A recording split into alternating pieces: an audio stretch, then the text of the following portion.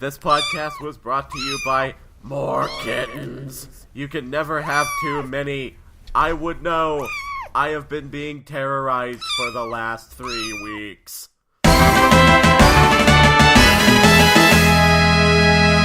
Hello and welcome to Monkey Broadcast, a monthly review and discussion show with me, the Jonin Monkey. And me, Sven the Crusader. And so here we are in the month of September, and I'm sure many of you, especially you young'uns, are regretting the fact that school has started again. I know I am. And yeah, but it's not the end of the world, life still goes on, as does this podcast. As does algebra. Yes, algebra is around forever, you will never escape it. And on that ominous note, let's get into our first section, which is Q&A! This is the section where we answer questions from the audience. If you'd like us to answer your questions, either leave them in the comments or send them to me via Twitter with the hashtag MBQuestion. Our first question comes from Vice of Legends, who asks, How would you want an open-world Kirby game? I say bring the Kirby 64 power combos. I'm not sure exactly what to make of that question, not least because I haven't played a Kirby game in about 20 years. Yeah, I will admit Kirby's not my forte. I assume it's a more open-world game in the style of Mario 64 as opposed to what Kirby normally is, which is a side-scrolling platformer. And I would agree with him that I definitely would like the power combos back from Kirby 64 because, yeah, Kirby 64 was kind of hit and miss, but I would definitely say the power combos were one of the best parts of it. Well, that and Zero 2 and the boss music that came with it. I've never played that game, but I agree with you on the boss music. So, yeah, that's kind of why it would be kind of difficult to say what I would want from an open-world Kirby game. I guess, actually, to be honest, it's kind of hard to say because, well, I kind of prefer my platformers to be a bit more linear. It's why I prefer Super Mario Galaxy over Super Mario 64 because, I don't know, I just like the idea of having a definite end goal as opposed to wandering around for ages wondering what the heck I'm supposed to do to get the next star. Yeah, that's all fair enough, and personally, as for me, honestly, the Kirby game I would take would be a cooking simulator. Well, just have Kirby wandering around a kitchen putting things into a pot? Master Chef Kirby Edition. It's raw! The only problem with a game like that is that it would never end. You would deliver the meal, Kirby would swallow it in like 6 seconds, and he wouldn't really have anything to say about it. You just go, oh. You have a good point there, actually. But, yeah, I wish I had more input on this question, but I really don't, because, like I said, I haven't touched the Kirby fandom in any way since the death battle against Majin Buu. Yeah, that was fun, and I'm sorry my mind is still still on the Kirby MasterChef idea, because I'm beginning to wonder if that's like a legitimate cooking hell, where you're just, you're continuously forced to create meals for someone who's never happy. They will just swallow it up in 2 seconds, not even appreciate it. Oh god! It would be my version of purgatory, eternally baking for an ungrateful pink marshmallow. Then again, I suppose that's what it's like working for the McDonald's. But anyway, all the way to including the ungrateful pink marshmallows. Oh god. Yeah, I suppose if I was to give a serious answer, I suppose it would probably be maybe a mechanic that would justify Kirby moving around a 3D environment. Although then again, I guess he could infinitely fly, so... Essentially, yes. Maybe a mechanic based around that then. I don't know. That's the best I can come up with, I'm afraid. I'm not really a game designer or a Kirby fan. And I'm sorry, the way my mind works, I just can't get beyond the idea of cooking purgatory. I'm so sorry. Also, the fact that you just mentioned making use of flying mechanics in an open world universe has just given me the mental image of Kirby in the Skies of Arcadia universe. Yeah, just like flying around from island to island. I'm just imagining some air pirate being like, "What in tarnation is that?" Well, I guess Kirby does have the Warp Star, so that would be... that actually would be a fun idea. Skies of Arcadia Kirby Edition. Makes a mental note. Write another crossover. This one is almost as dumb as Kong Effect. Oh, God. Makes you wonder what the heck Kirby would look like if he swallowed a Gigas. Oh god, that's terrifying. Okay, we need to move on before I start imagining how Speedy the salesman would sell a Gigas to Kirby. Well, if it's anything like our previous one, he would start with the big build-up and then Kirby would just swallow it and he goes, well, I've wasted 2 minutes of my life. Right. And Kirby's new form is just Kirby with a tie. Oh god, we better move on. This is dipping into a realm of insanity I did not think we would get from our first question. Our next question comes from Infernal Zero, and it's another what-if game scenario. What would you like to see in a Zelda game if Zelda herself was playable? Oh man. These questions make me really wish that I played more of these games, because, again, I haven't really played a Zelda game since Twilight Princess.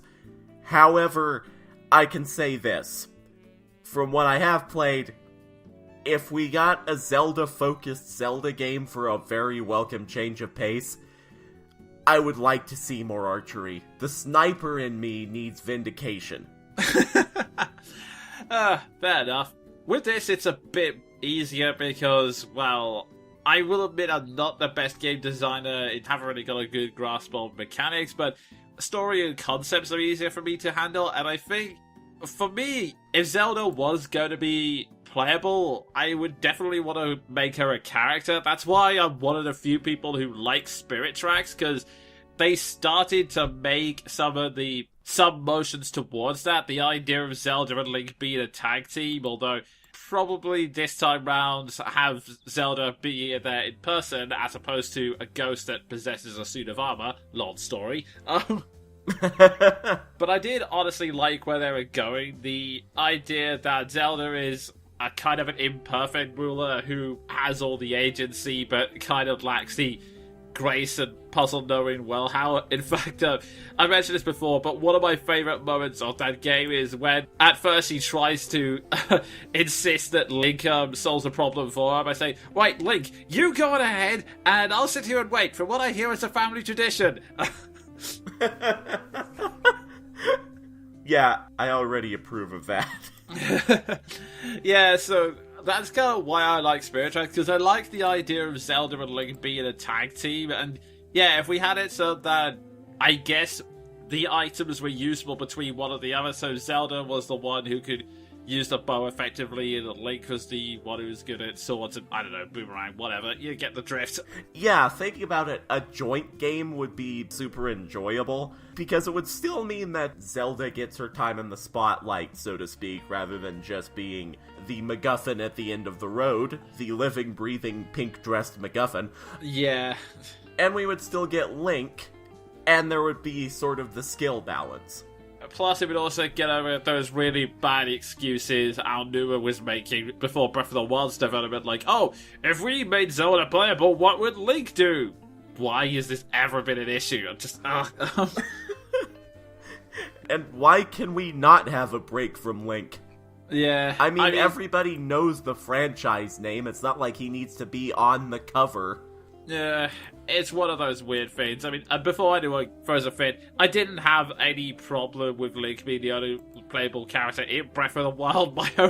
The only reason I had a beef was because if Nintendo had just said, look, we are doing a different thing with Zelda this time round, I would have been fine. It's the fact that they gave such terrible excuses, such as, well, it would upset the balance of the Triforce, and anyway, what would Link do? It's like, really? That's the best excuse you can think of? Yeah, I mean, guys, I know it's your best excuse, but let me clue you in on something here. Just because it's your best excuse doesn't mean it's a good one. I know I can think of about 1 million excuses in the world not to do my algebra coursework, but they're still not good excuses. I can say all I want that I'm being terrorized by a fluffy kitten. I still need to do my algebra. I can say all I want that I'm tired after work. I still need to do my algebra. I could say, oh, I'm never going to use this algebra, and besides, at this rate, the world will probably be struck down by a cosmic meteor for the existence of Donald Trump, but I still need to do my algebra. It's not a good excuse.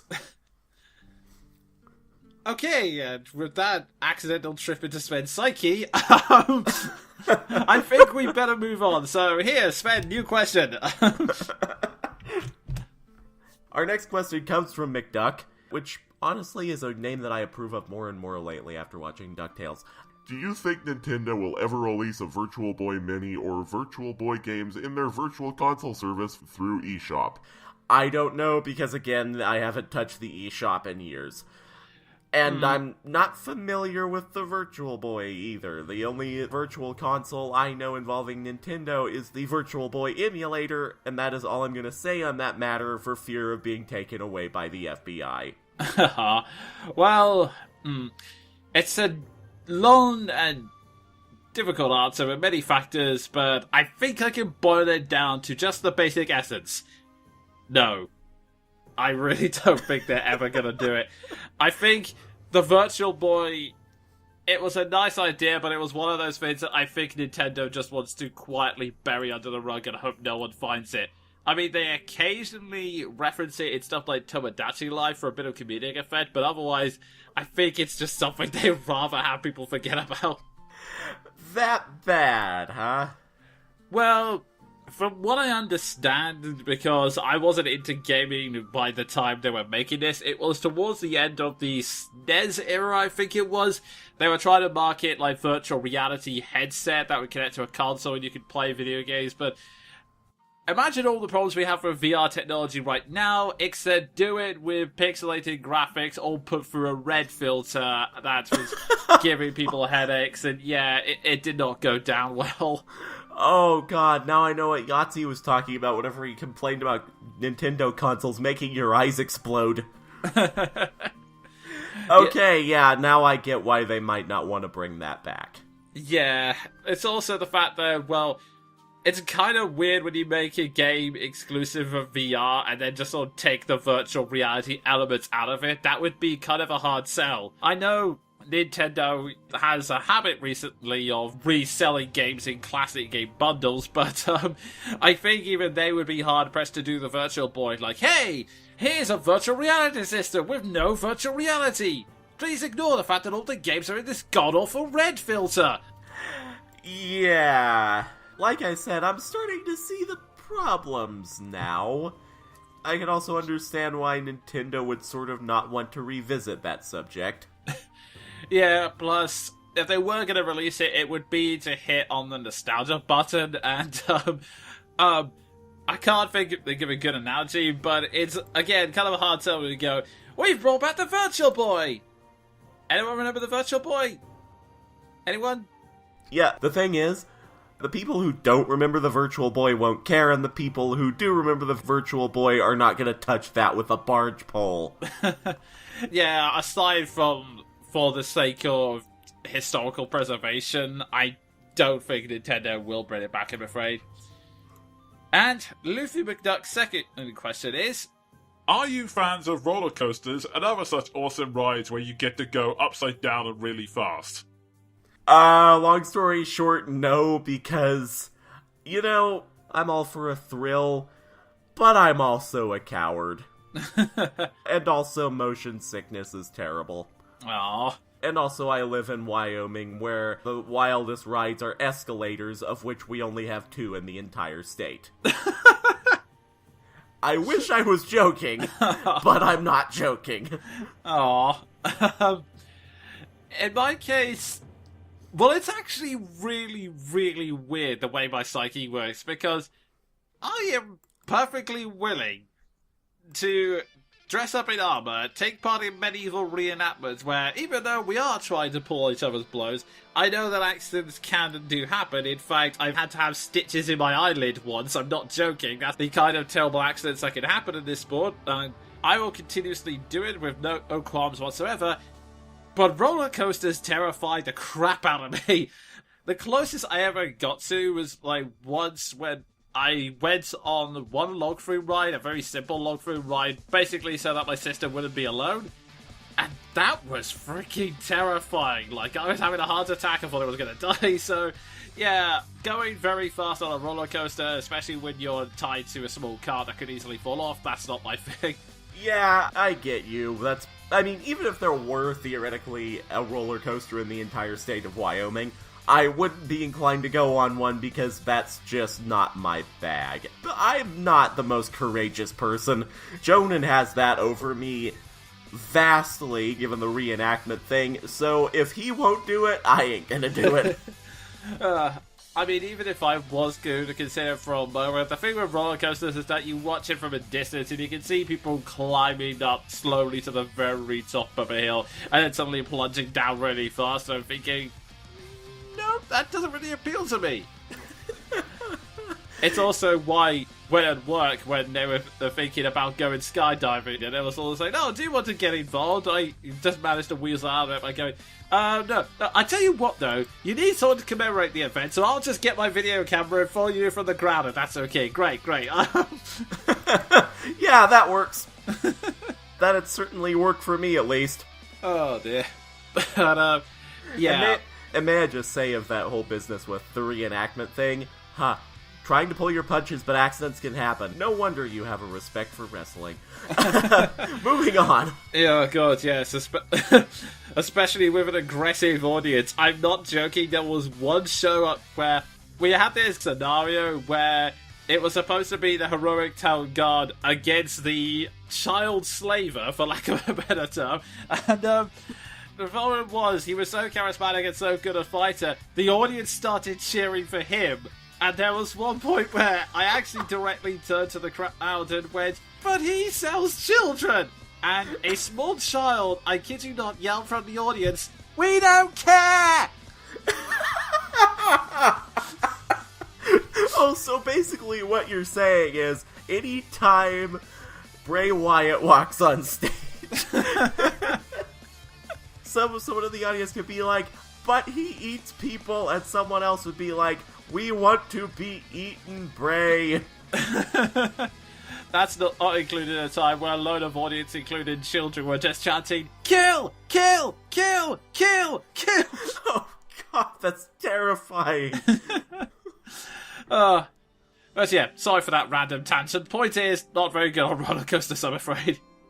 Yeah, and my point is, never been on one, never will be on one. Not least because there isn't one that I can go on. Our next question comes from the illustrious, immortal, championship belt-winning Toon Junkie. Would you rather have a clone of a dinosaur or a giant Ice Age mammal? The Danishman in me says I would like a cloned mammoth so I can ride it in a battle like an anachronistic Viking. I'm sorry, I'm gonna have to fight with you on this. You want a badass steed and you go with a mammoth when there's a freaking dinosaur on the table? Really? I realize that sounds strange, but I love fluffy things. And that has just completely ruined my cred. Hey, look, I love fluffy things too. Don't get me wrong, I mean, I have a dog and I was also the proud owner of a cat one time. Plus, I'm also a man who spends far too much time in Pokemon and me because, damn it, I like stroking cute things. But besides the point is...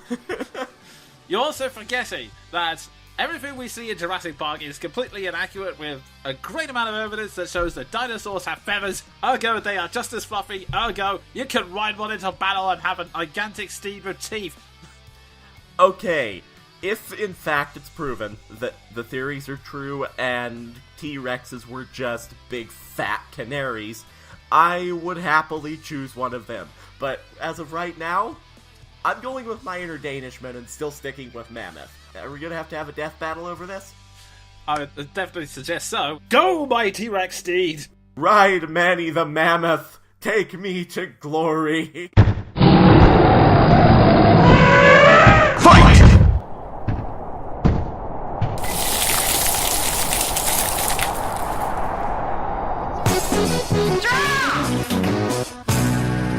Goddamn Ice Age, it ruins everything. So, that's our answer to that question. And the final question of the month also comes from Toon Junkie, and he asks, I've trained my lobster army to sing the whole of Wagner's Ring Cycle. We are set to perform at the proms next week. 2 Junkie, that's not a question. Yeah, that's not a question, but hey, congratulations.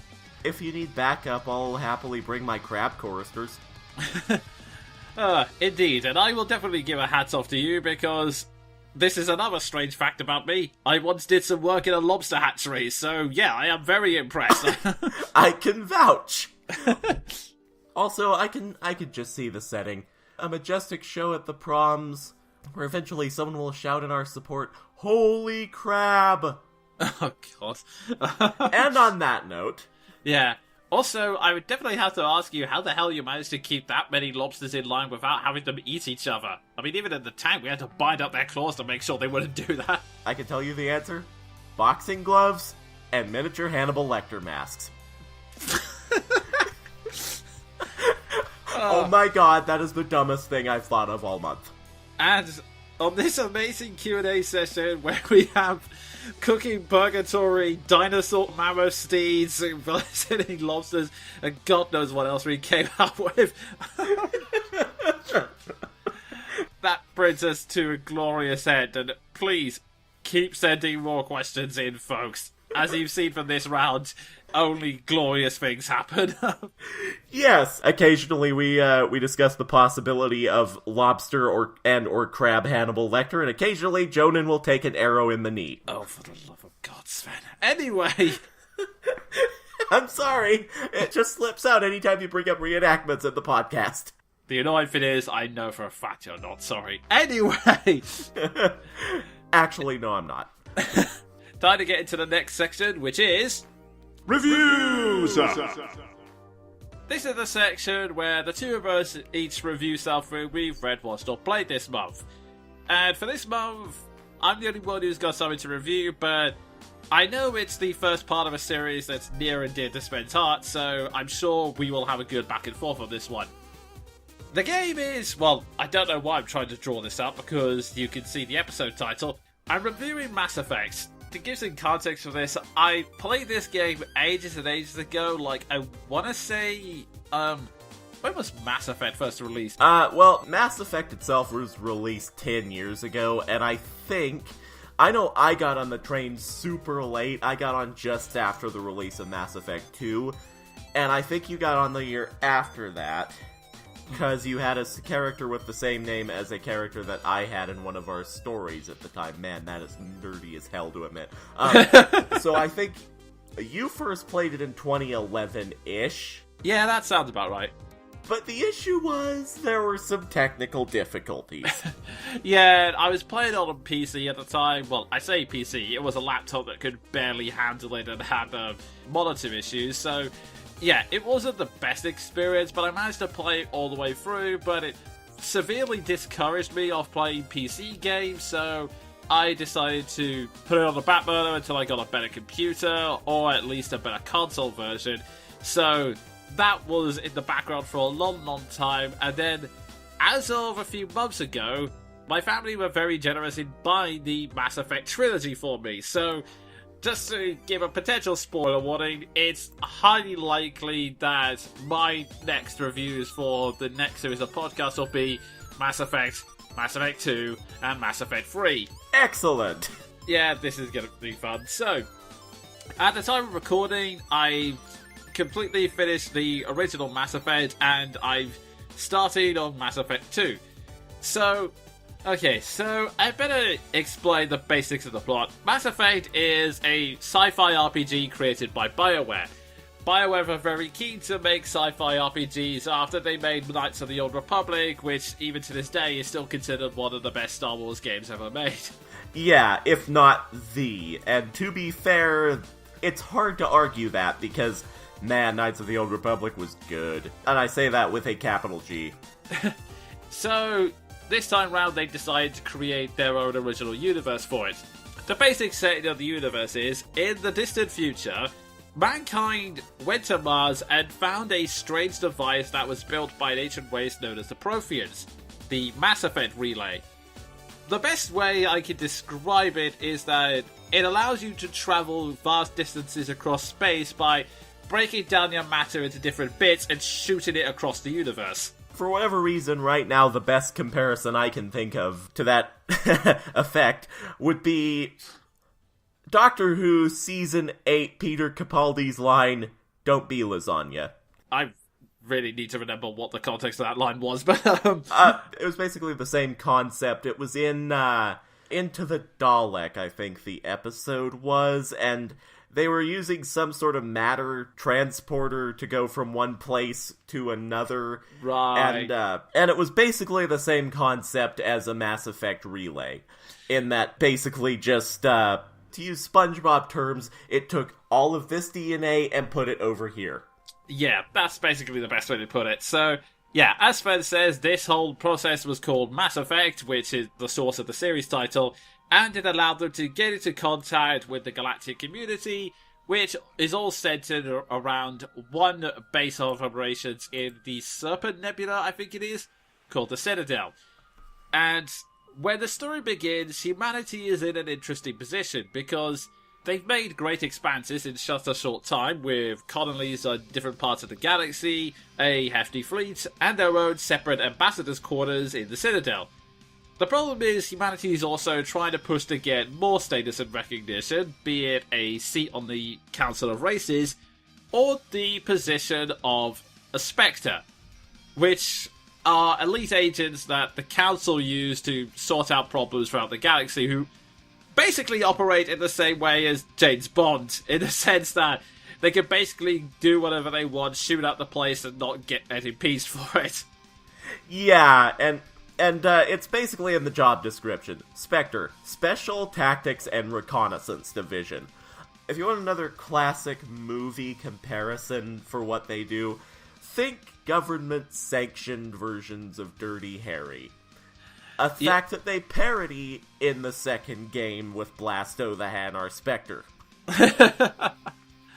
Oh god, I'm looking forward to seeing that character now, but so yeah, they're very keen for humanity to have a Spectre of its own, because again, it's a great achievement, and their candidate for this is a soldier named Shepard, which introduces our player character, who, in the essence of RPGs, can be male, female, or whatever race you want, although I would strongly recommend female, because I'm sure the voice actor on the male side did a good job, but it's Jennifer Hale.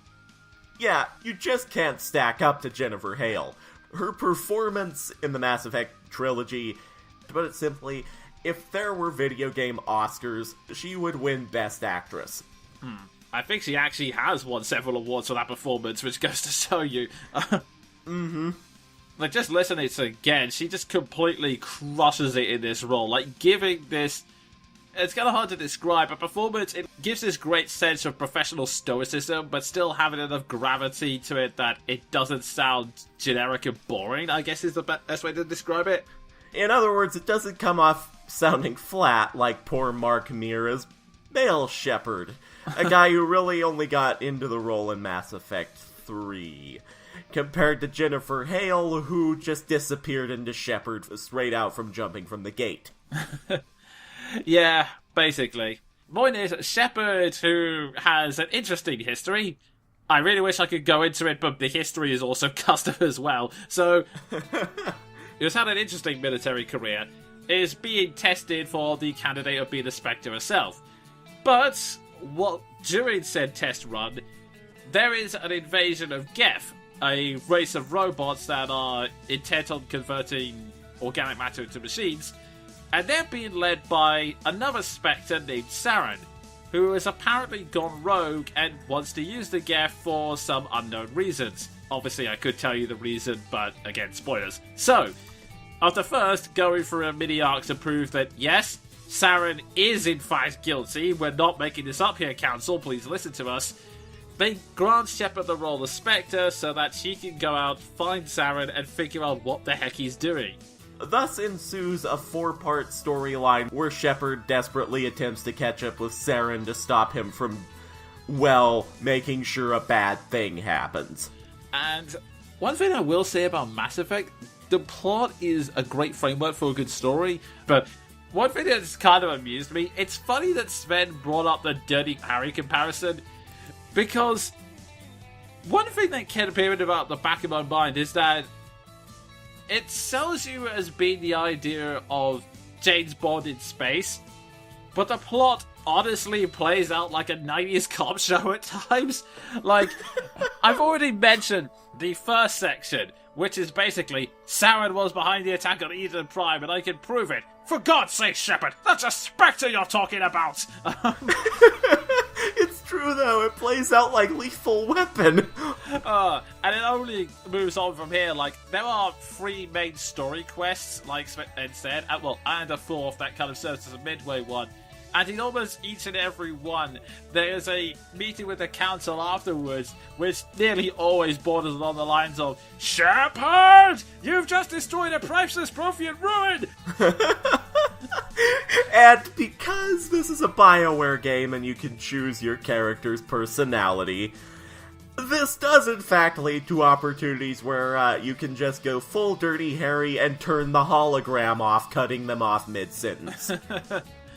And this also builds up to the climax, which is basically, alright Shepard, you're off the case now, it's over, it's done with, you're grounded, you can't go into this restricted area, and then the group essentially decided to go anyway.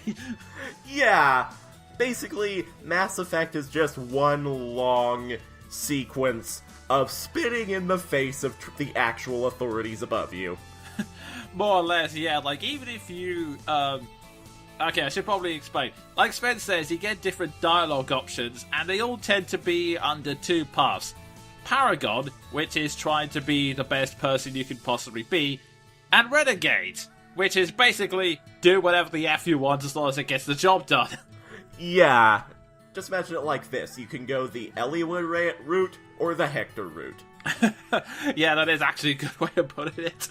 But even in the Paragon route, like, Shepard will just calmly and carefully explain, but it honestly feels like my IT job at times when people are complaining and you're just like, yes, I know it's unfortunate that pyramid exploded, but I did it to save someone and I figured that was the more important thing. Yeah, so even on the so-called lawful good side of things, you still end up making decisions that the council stringently disagrees with.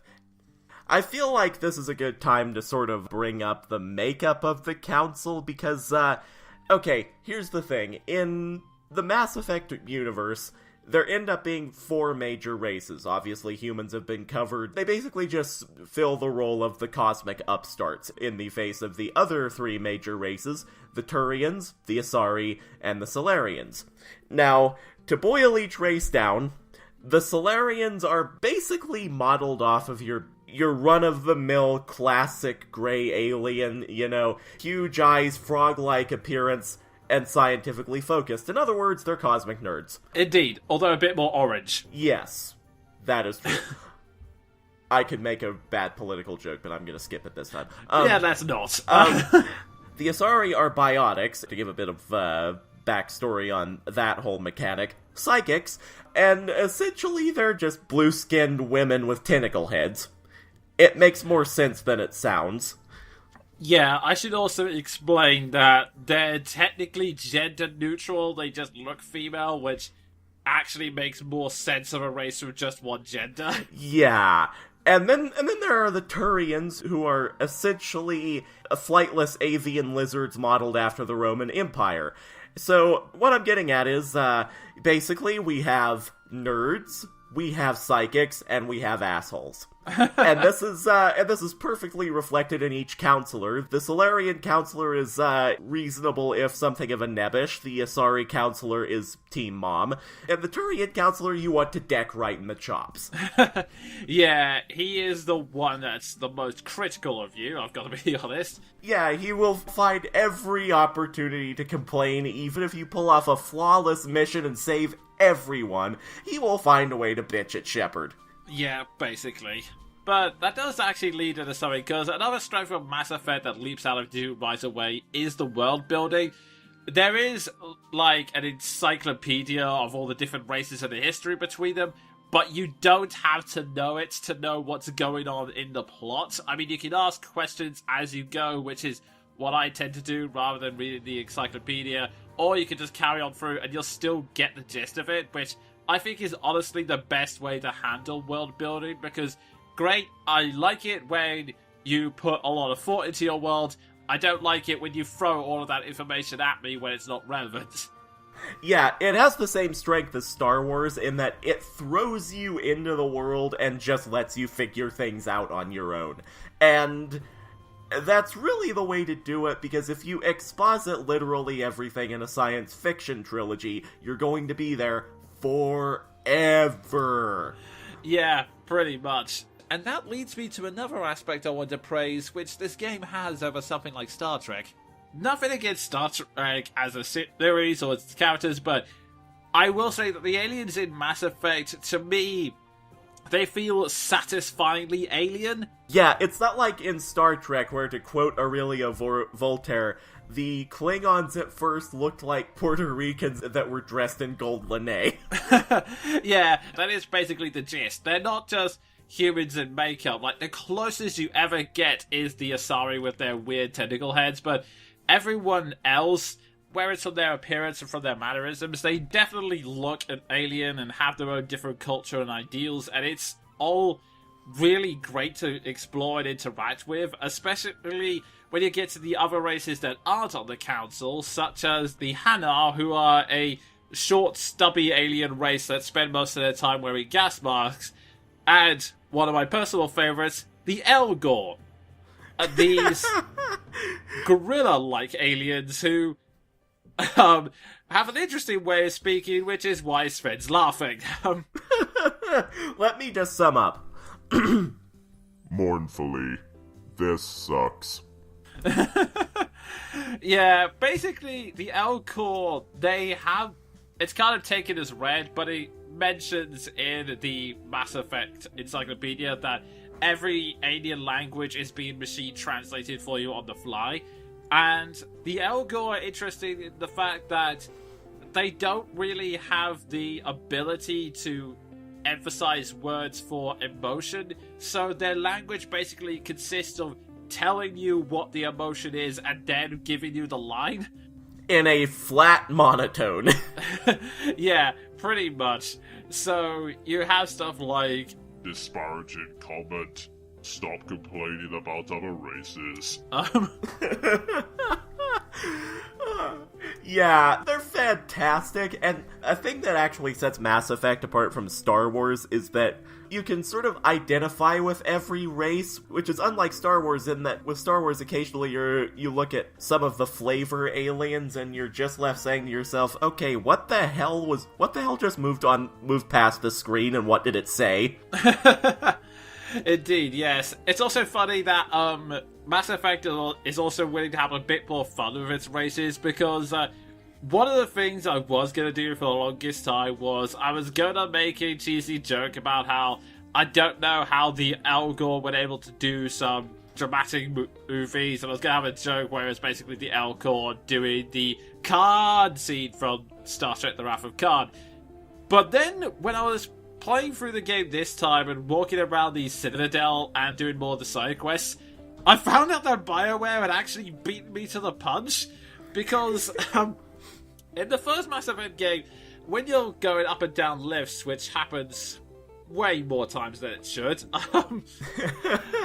when you're in a lift, a cheesy advert plays in the background saying, legendary director is proud to announce the Elcor production of Hamlet. Oh, that joke is expanded in Mass Effect 3, and it's explained that the play is 16 hours long. Oh god, I actually, like I said, I've started Mass Effect 2.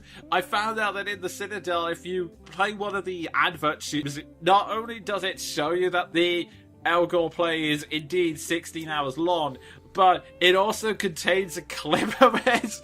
Nostalgic melancholy, alas poor Yorick. I knew him, Horatio. A fellow of infinite jest, of most excellent fancy, deep accusation. Where be your jibes now, your gambols, your songs, your flashes of merriment that were wont to set the table on a roar? Oh god, god, I've seen that one. And that brings me around to another fantastic flavor race. See, the race that you mentioned earlier, the suited race is actually the Volus. The Hanar are floating tentacle heads that are pink, which at one point leads to the legendary cutscene, "You big stupid jellyfish." And in Mass Effect 2, the race is sort of expanded upon, by which I mean it's given its own running joke, specifically the aforementioned Blasto the Hanar Spectre. There's actually a Blasto movie in Mass Effect 3, and to sort of explain the speaking style of the Hanar, they basically present themselves as like ethereal, enlightened beings, sort of a lighter and softer version of the Cthulhu mythos, and they speak in a really ethereal way and introduce themselves as this one, which leads to the amazing line in Mass Effect 3 in the Blasto movie, where the lead star, so to speak, a Hanar, is supposed to give a big no, you know, like Darth Vader's legendary line in Revenge of the Sith, and it just comes out sounding, "No."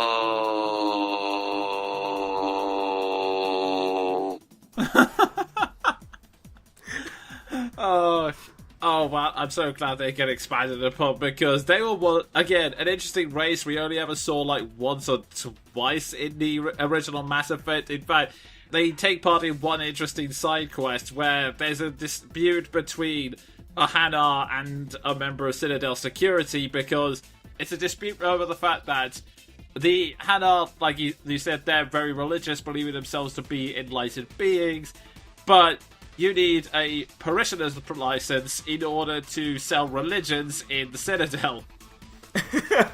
Yeah, and the thing about the Hanar is they're also extremely sure of themselves. Not like Preacher in the United States sure of themselves, but so disconnected with non-Hanar morality that they're just like, but why is this a bad thing? Yeah, that was basically his argument for the quest. I'm only sharing the divine truth. Why is everyone getting angry at me? And as I alluded before, that could potentially lead to, especially if you're playing Male Shepherd, the infamous line, "Because it's a big, stupid jellyfish." I have to wonder who on the script writing team thought that was a good idea, but it's still funny in a ridiculous way. Yeah, it was. I mean, it also doesn't tell that Male Shepherd performed it in a kind of goofy way. As he does most things. I mean, no offense to Mark Meer, but his performance I can basically just sum up as Call of Duty protagonist. Yeah, I guess maybe that's what they told him to go for. I don't know. Yeah, and it's funny I should mention the Blasto movie in the third game, because there's an Elcor character in that who precedes all of his lines with "badassfully," and it just reminded me of Mark Meer as Male Shepherd. Oh, God. Okay, the thing is, I'm not sure I can wait for the third game to see that movie now. Believe it or not, the entire movie is on YouTube. Oh God, I'm looking that up as soon as we're done here. I'll give you another teaser. Jennifer Hale as a female Elcor.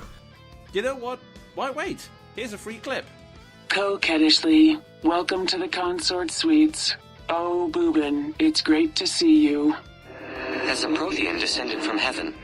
Because this one would enjoy enkindling that. Badassfully.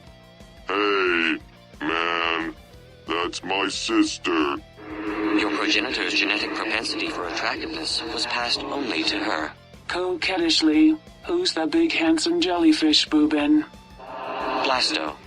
This one is training Boobin in proper legal procedure. Oh, You're welcome!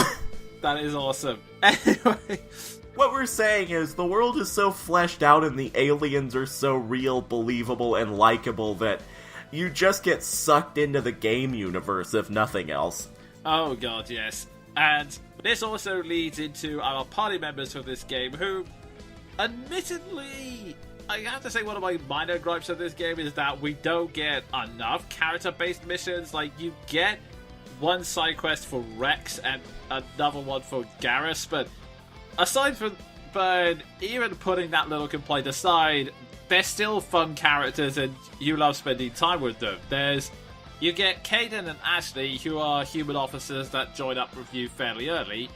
You get Rex, who is a Krogan that's... The best way to describe Krogan is a wall of meat with aggression issues.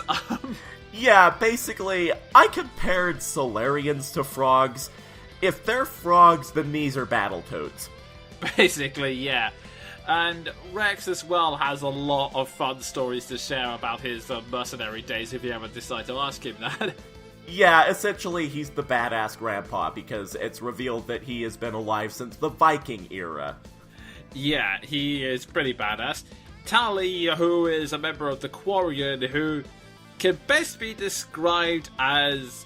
I want to say cyborg, but that's not really the best way. They look cyborg, but that's kind of because they have weak immune systems, so they have to spend pretty much all of their time in spacesuits, but the best way to describe them is space gypsies. Yeah, essentially, and they're in an eternal rivalry with the Geth, and both of them basically fill the role of cosmic engineers. Yeah, basically. I mean, in fairness, they created the Geth, and the Geth then overthrew them and ran them off their planet, so yeah, you can kind of understand where that rivalry comes from. Yeah, and as a fan of voice acting, I've always dearly loved the Quarians because they have such amazing Russian accents. So, of course, there's Tali, and Tali is frigging adorable.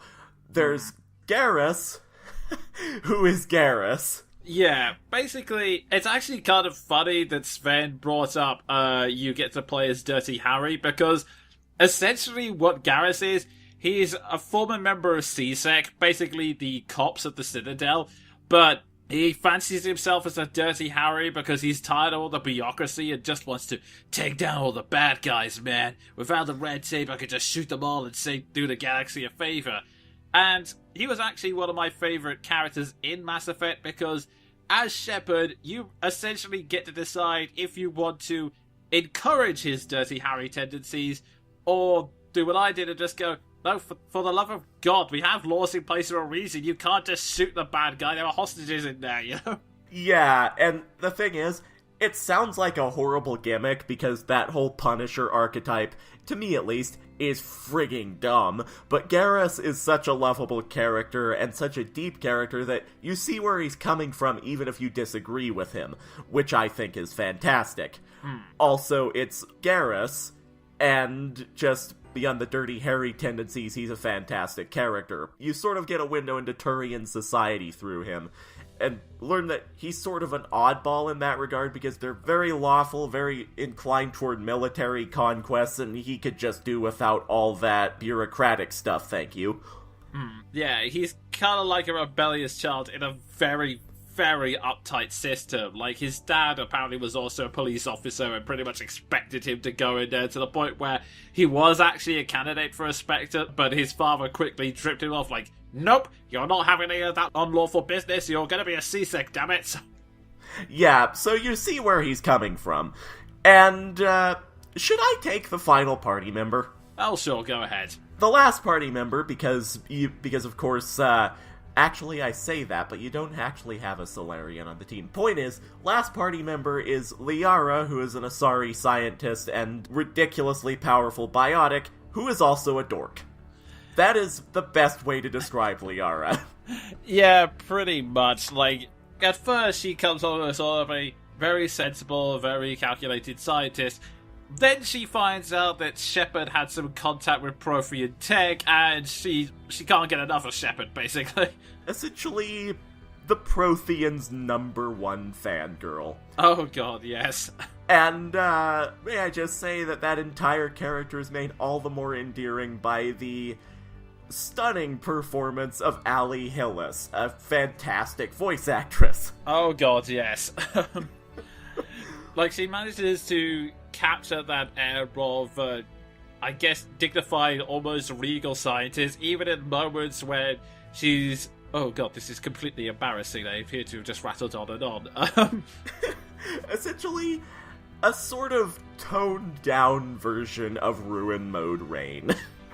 Actually, yeah, that is a surprisingly fitting comparison. Oh, and may I also add that she is the daughter of one of the main antagonists. Yeah, that's unfortunate. Yeah, as you can imagine, that leads to some potentially very emotional scenes later on. Yeah, indeed.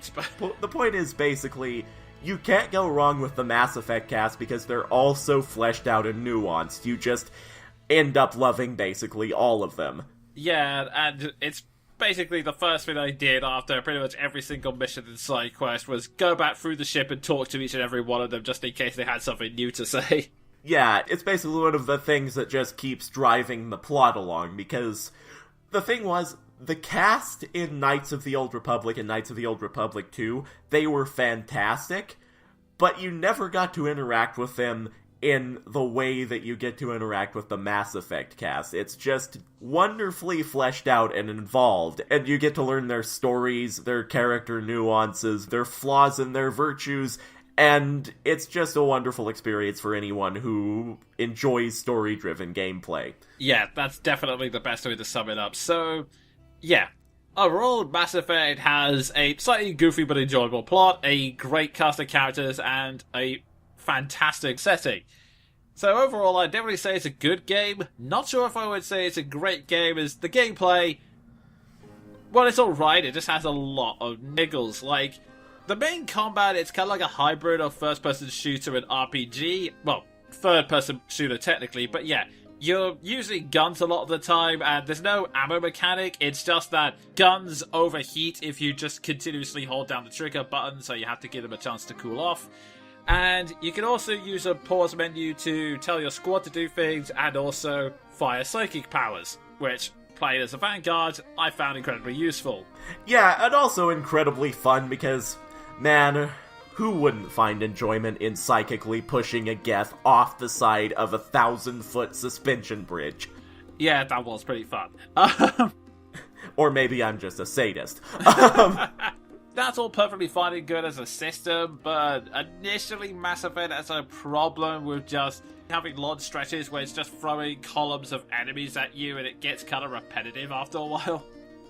Yeah, at times it's not exactly thrilling. Like, I mentioned the 1,000-foot suspension bridge. Let me tell you something about that level.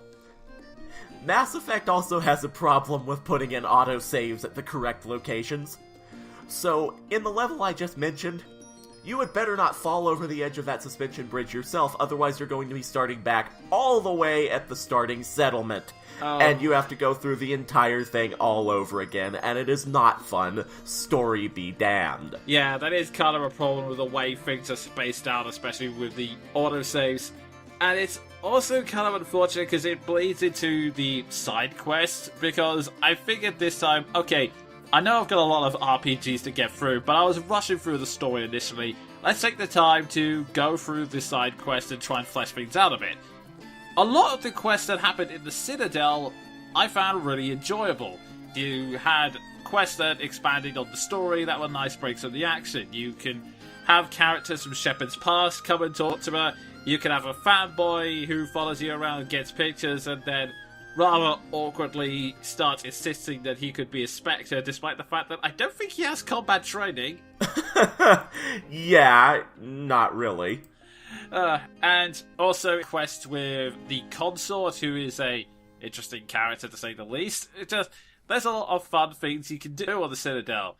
It's then when you go out into space, there are things that I thought could be cool side quests, but ended up being incredibly dull combat missions. Like, you get one message from a general which says, "We're having trouble from virtual reality simulators on the moon." And I thought, wow, we are fighting an evil computer on the moon. This is the kind of thing sci-fi is made of. Yeah, sign up for that mission. Let's head back to Earth and land on the moon. And it is one of the freaking dullest missions I've ever been on, because you have to go through 3 bases, all of which look identical on the inside, have to fight the same robot and gun drones, and then you have to destroy each one of the VI cores in the central control room. And if you think this is going to lead to an exciting boss battle, it doesn't. you're shooting for stationary objects until they explode. How do you botch a concept as cool as fighting an AI with combat drones on the moon? Make it a series of identical base crawls, with annoying scenery destruction bits at the very end. Yeah, just means like, oh, poisonous gas has been filtered into the room. Okay, is it actually gonna prove to be any problem for my health? No! Fine, I'll just keep shooting this stationary object. Yeah, pretty much. So, at times the combat situations can be, shall we say, not the most thrilling. Also, I'll add my own personal complaint in and say that the equipment system is a pain in the nuts. Oh god, yeah, I was about to get onto that because of, there was a time when I was actually discussing this with someone I just met and asked, what video games you played? I said, oh yeah, Mass Effect 1, I'm thinking about playing Mass Effect 2. And at the time he just went, oh, it's shite, mate. They made everything too simplified and they kind of removed all of the custom ammo and armor options. And I was just kind of sitting there, just going to go, But in my mind I was thinking, oh, thank Christ, because I hated that system.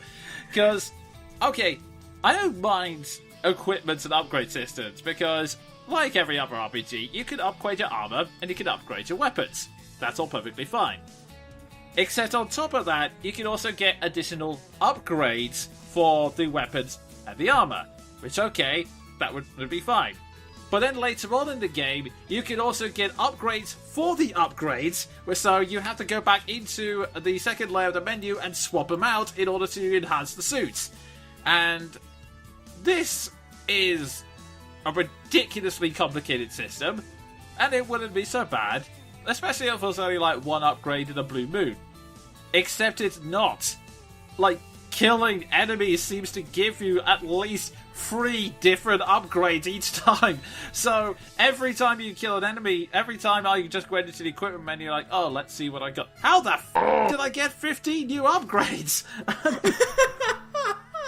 And there's so many times whenever you'll look in your inventory because you're out of inventory space again, and you'll find deep in the recesses of your inventory that for some reason you're still carrying around that pistol from the start of the game. Oh god, yeah, I was trying to reduce everything to Omnigel, which is like a commodity you can use for hacking. It's one way to get rid of equipment and stuff.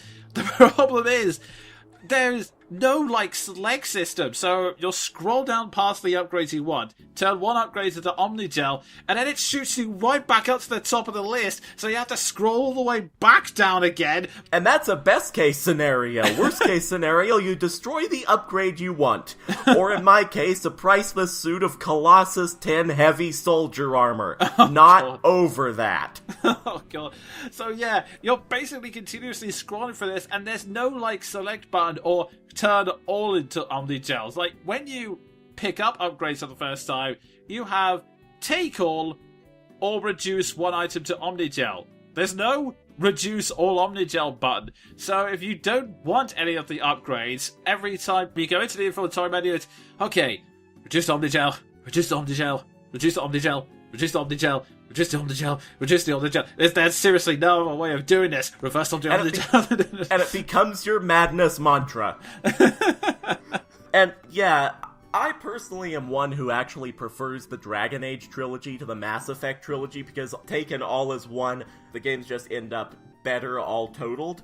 But if I had to give one nitpick to the entire Dragon Age trilogy, it is that they kept that inventory system from beginning to end. Yeah, that wasn't the best way to go about it. Mass Effect, thankfully, the developers had the good common sense to get rid of that system with the second game, which I will give them over Dragon Age hands down every single time. Oh god, yes. So, yeah, that was one of my big complaints, that and the side quests. And I think for me, we were talking about disappointing side quests. The VR one, that was actually for me only the second. The top one for me was, I hadn't played Mass Effect 2 at the time, but I had heard what the vague plot was, and I came across a side quest which led to the discovery of a secret sect within the Human Alliance military named Cerberus. And I was like, oh, wow. I don't know what role they play in Mass Effect 2, but I do know that it's very important, and could be the origin of where they are. This is really exciting. And so we landed on the planet, drove into the secret military base, killed all the guards and the mysterious creature they had in there, and then someone went, oh, Shepard, I think there are 3 more bases on this planet. And I was like, oh, for God's sake, are you kidding me with this? And it led to, again, the 3 same exact bases. The only difference between they were placed further apart on the map, so you had to use the Mako to drive around, and I really wanted to like the Mako, which is their ground vehicle. I really did. But that thing seems to operate on a law of physics that we cannot begin to understand as mere mortals. I was just about to get into the Mako sections. Basically, I can sum up all the driving sections in Mass Effect 1 with the following noise.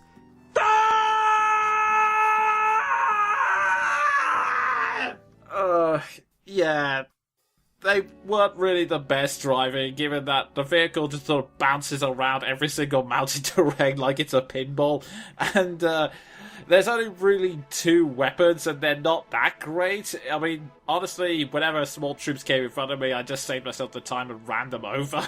Yeah, same, really, because the alternatives are a rocket launcher that operates on the theory of occasionally maybe hitting the target, and a chain gun, or to give tribute to Kikoskia, a chain gun, which operates on the theory of a death by 1,000 cuts. Yeah, basically. I mean, the only way I could get that rocket launcher to work whenever you had to take on turrets, and yeah, you nearly always have to take on turrets at some point, is basically just standing there, shooting with a rocket launcher, and then occasionally using the thruster and jump feeds to jump over the rockets, and then going back to shooting. Pretty much, yeah. And that's not even getting in the encounter you have on the Cerberus mission. Oh, God. Ah, yes, the Thresher Maw. Oh, that was not a fun mission. That Thresher Maw encounter did not happen. I definitely didn't die 3 times because it spawned literally right underneath me. Oh, jeez. But, yes, that kind of leads into my final complaint, which is kind of reminiscent of one version of this game in particular. See, like I said before, I had a problem playing the PC version of the game because I was playing it on an iffy computer, and I just thought, you know what, I'll get the console version anyway, because I just, in general, prefer gaming on consoles, just the joy of having to control my hands and just relaxing on the bed and just playing it there rather than having to set up the computer and tell the Adobe pop-ups to stop them pestering me about updates. It's just much more relaxing experience for me, and well, with the console, it has its own hardware, so there won't be any glitches this time round.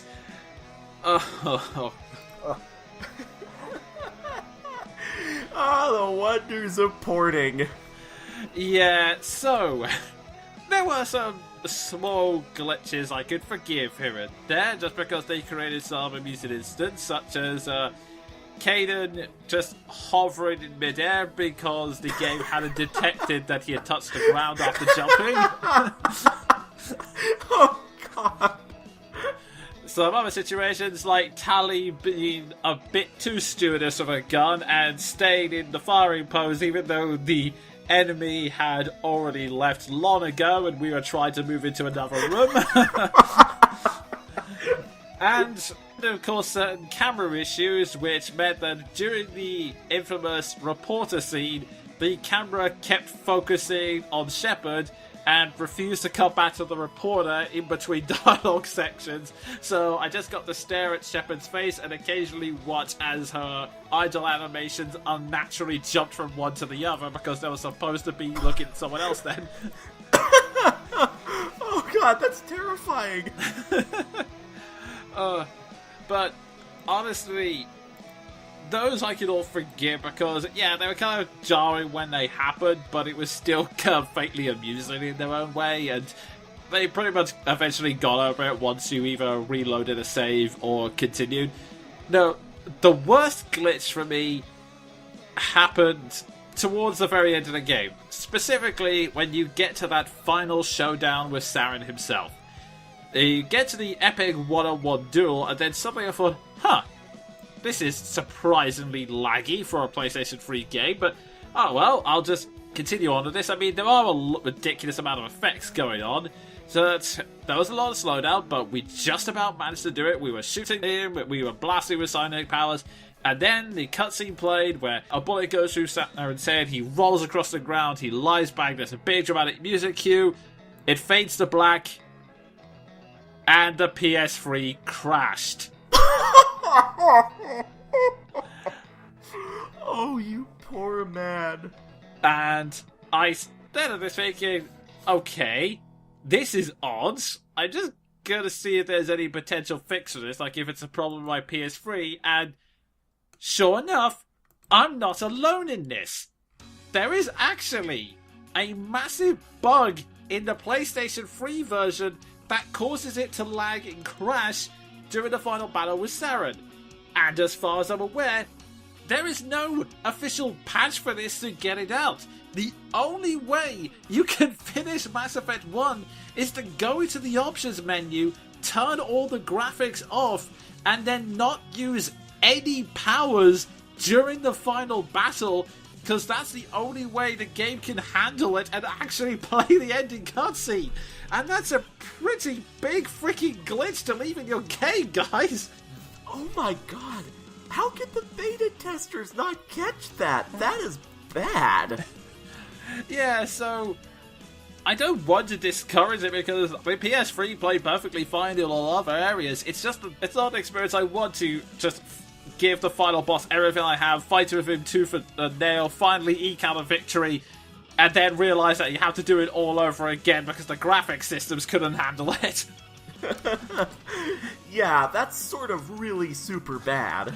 I mean, if I'd known I'd had to turn off the cinema grain in order to avoid that kind of thing, I would have, because it looks nice, but I don't mind living without it. I mean, I played Dragon Age Inquisition on the PS3 despite everything looking plasticky. Yeah, that is true.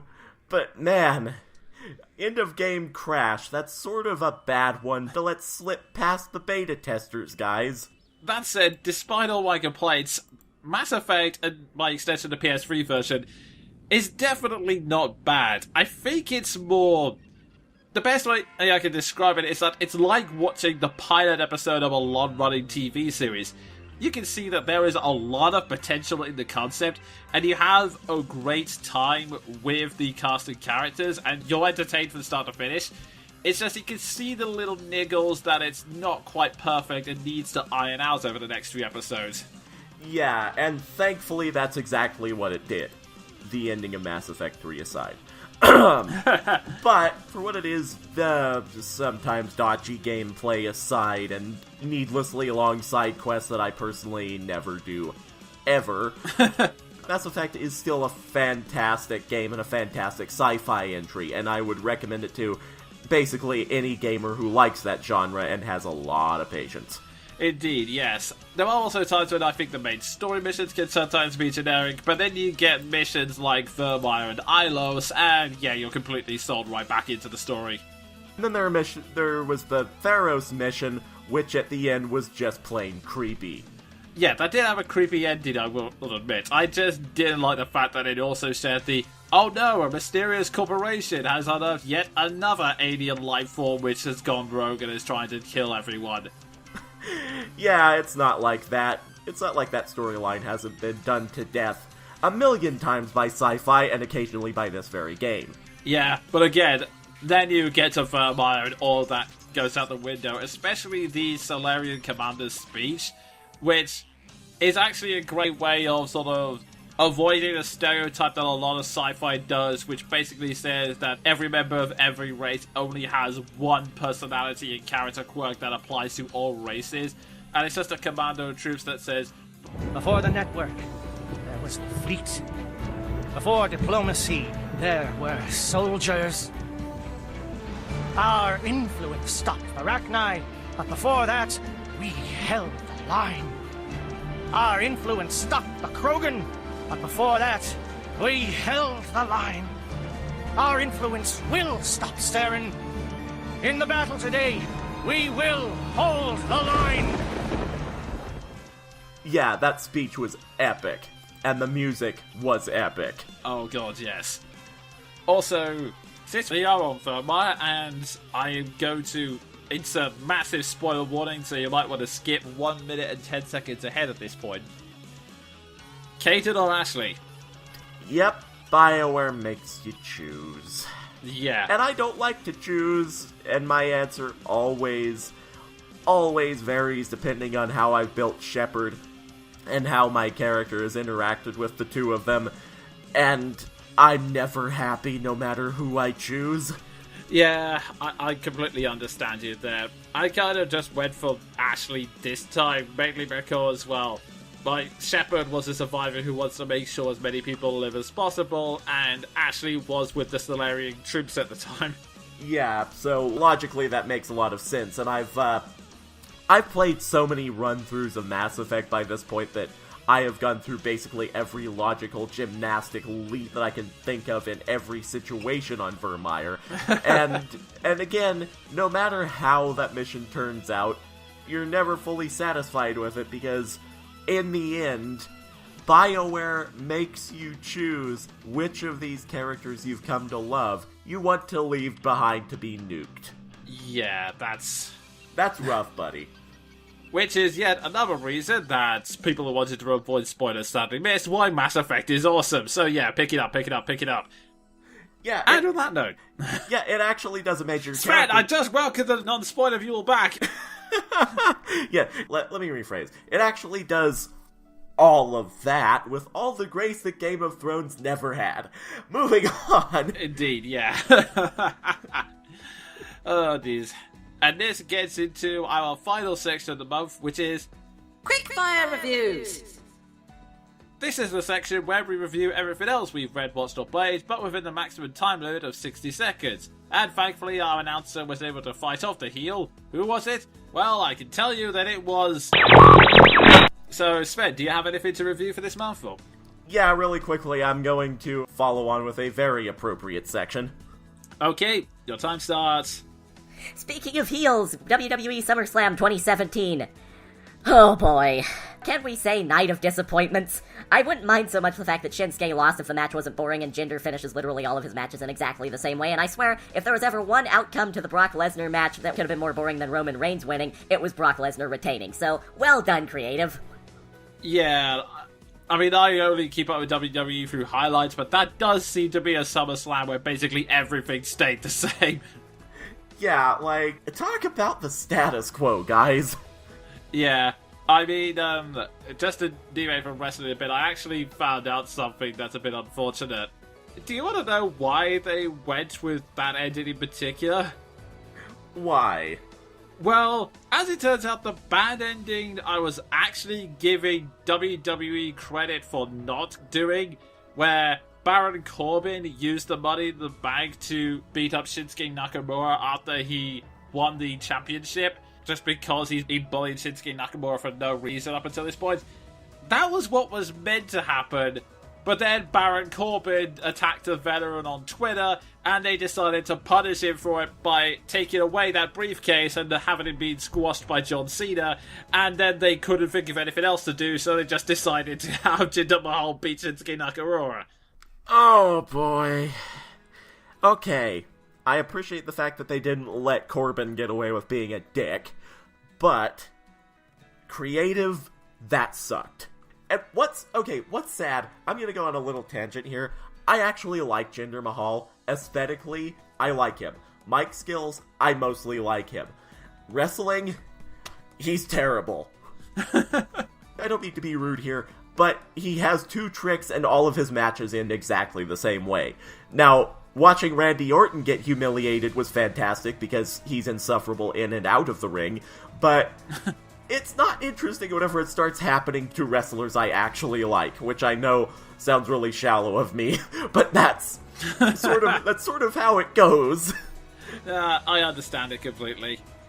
And I'll get into some of my quickfire reviews now. The first one being Spider-Man Homecoming! Yeah, this is something I probably would have reviewed had the announcer not been knocked out in the last podcast. But yeah, Spider-Man Homecoming. really enjoyable Spider-Man movie and a lot of fun. If you're a bit worried about it, I can happily tell you that it doesn't go over the origin story again, and doesn't mention Uncle Ben again either. In fact, it doesn't mention Great Power, Great Responsibility once. It is just a fun story with a great villain performance by Michael Keaton, some fun twists, and some really nice pokes at Spider-Man mythology, and one hilarious take of the Batman-style interrogation scene.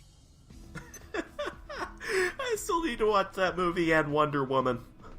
Yeah, I still need to watch Wonder Woman as well, thinking about it.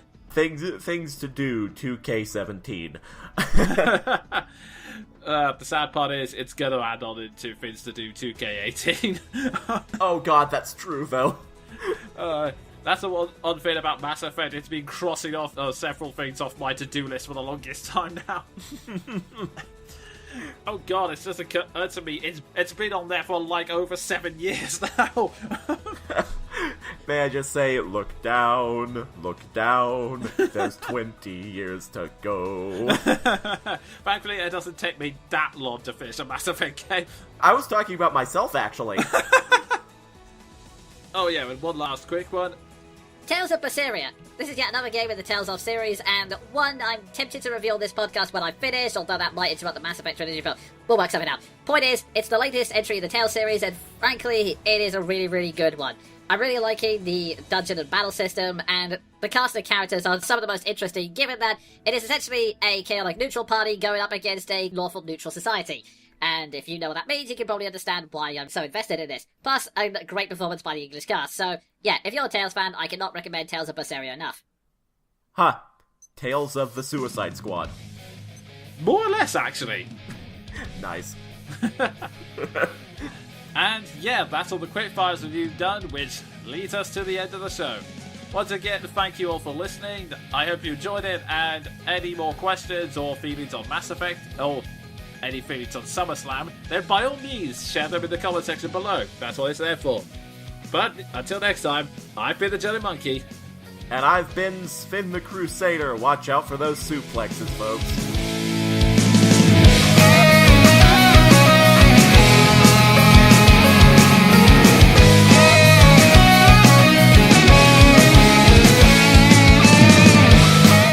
Monkey Broadcast, a monthly review and discussion show hosted by the Jonin Monkey and Sven the Crusader.